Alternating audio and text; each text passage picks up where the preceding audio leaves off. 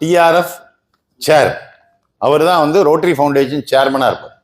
அவர் யாரா இருப்பானா 3 வருஷத்துக்கு முன்னாடி ஆன ஆர்ஐ பிரசிடென்ட் தான் automatically he will become the chair. வந்து 2 வருஷம் கழிஞ்ச உடனே ட்ரஸ்டி ஆவார். அதுக்கப்புறம் அவர் தான் சேர் ஆவார்.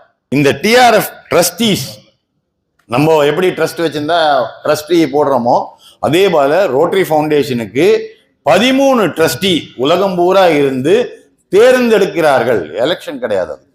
ஏன்னா இவங்களுக்கு ஃபவுண்டேஷன் பத்தி நல்லா தெரியும். இவங்க ஃபவுண்டேஷன்ல நிறைய ப்ரோக்ராம் பண்ணியிருப்பாங்க. அதனால இவங்களை தேர்ந்தெடுத்துக்கிறாங்க.